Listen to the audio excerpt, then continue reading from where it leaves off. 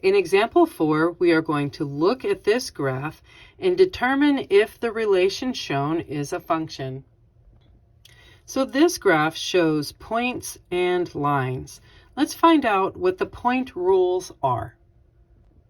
Rule number 1. If you have a solid point above another solid point, then the answer is no. This is not a function. What might that look like? So, for example, if you had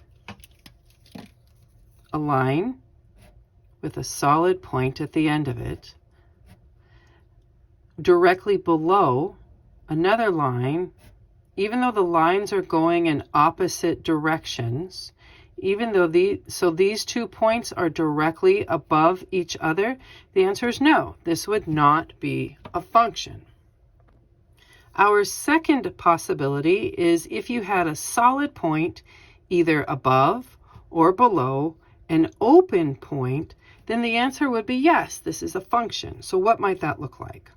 So if you had, for example, a segment with an open point directly above another line that had a closed solid point, this would work. This would be just fine. Or if you had, say,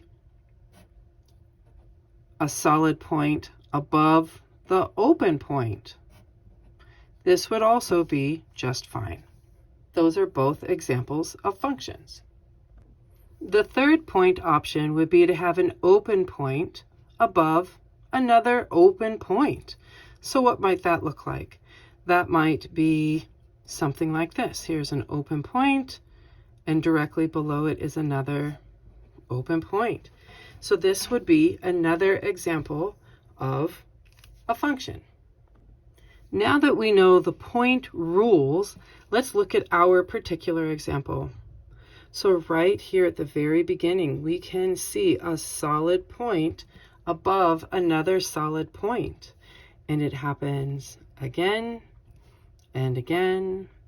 And we see right here in orange that if you have a solid above a solid, the answer is no. This is not a function.